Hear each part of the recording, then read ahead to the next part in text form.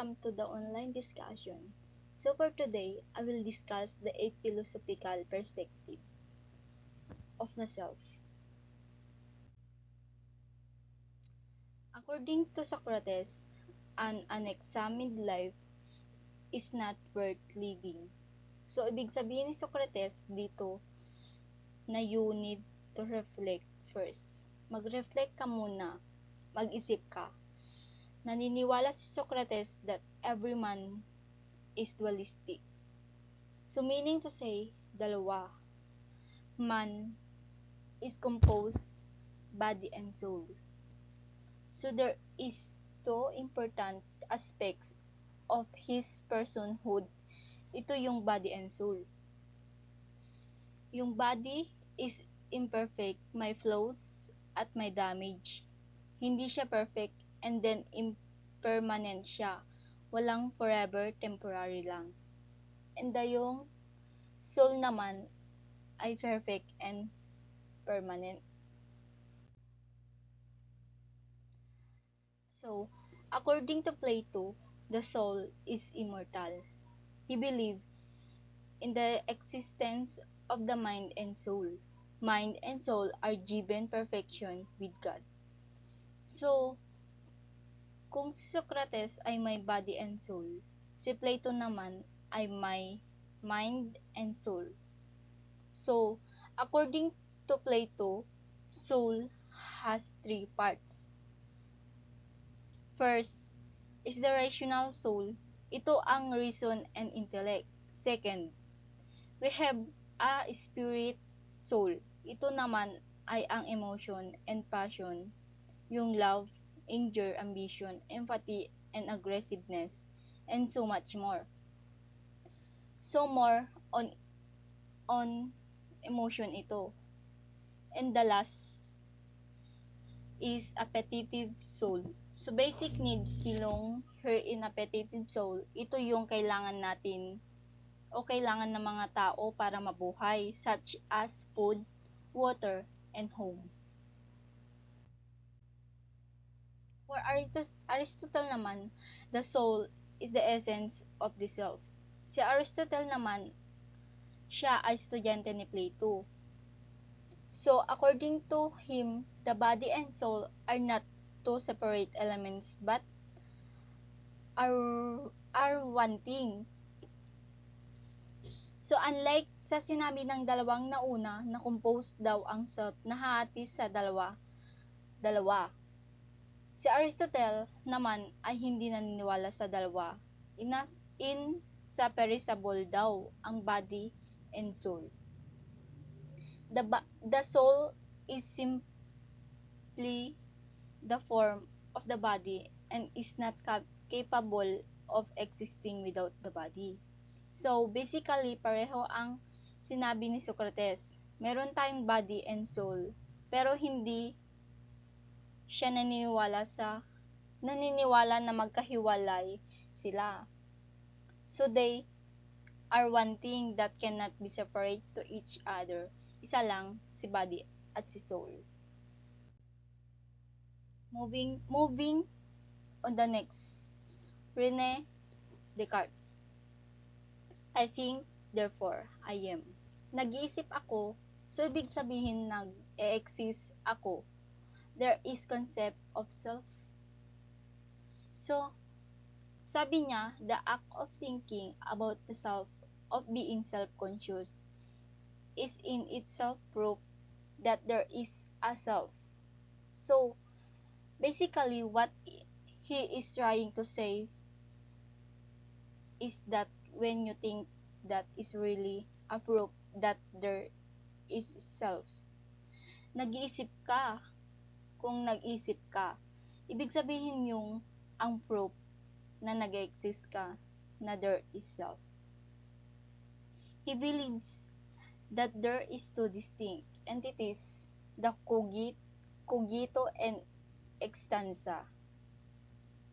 Kapag cogito, ito ang mind, the thing that think, and the extensa naman, the body and the extension. Kay John Locke naman, The self is consciousness.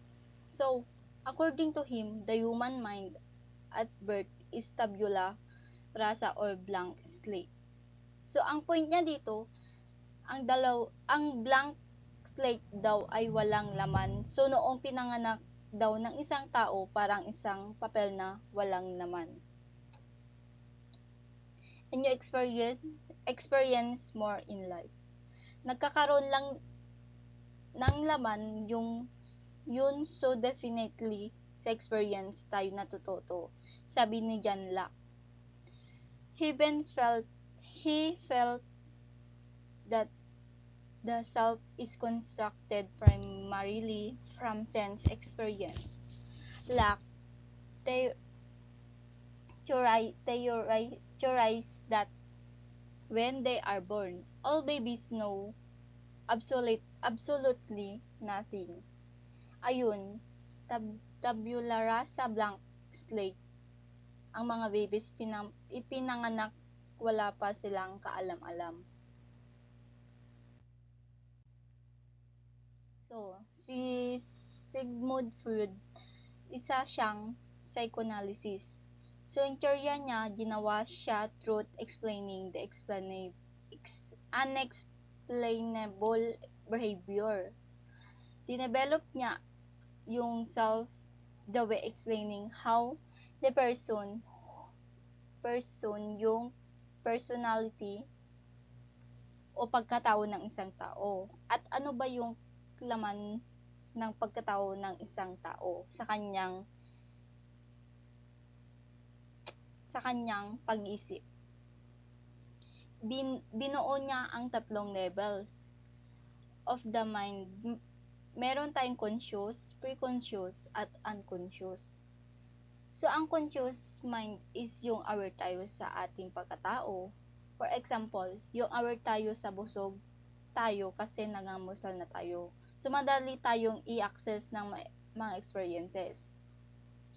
Ang preconscious naman, ito ay nasa memories natin. For example, ano yung kinain nyo kagabi? Hindi nyo naman iniisip kung ano kinain nyo every time, di ba? Iisipin nyo lang naman kung ano ang kinain nyo kagabi. Kung magde-deep or deeper sa brain ninyo o sa mind ninyo. So kung kinain ko kagabi ay chicken. So, pre-conscious yun. At yung unconscious naman ay yung bagay na kinalimutan na at mahirap silang makuha ulit.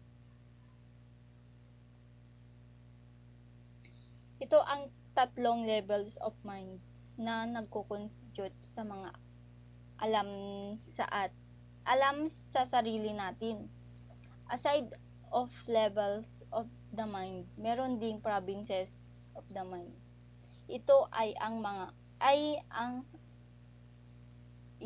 ego at superego. So sinabi ni Descartes, I think, therefore I am. Si Gilbert Ryle naman ay I act, therefore I am. According to him, the way we do things defines the self. So, sinabi niya rito, kung ano ang ginagawa ko, ako ito. Yun lang kasimple para sa kanya. So, sinabi naman ni Immanuel Kant, we construct the self.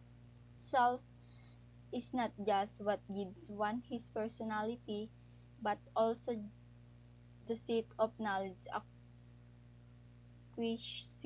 acquisition for all human persons.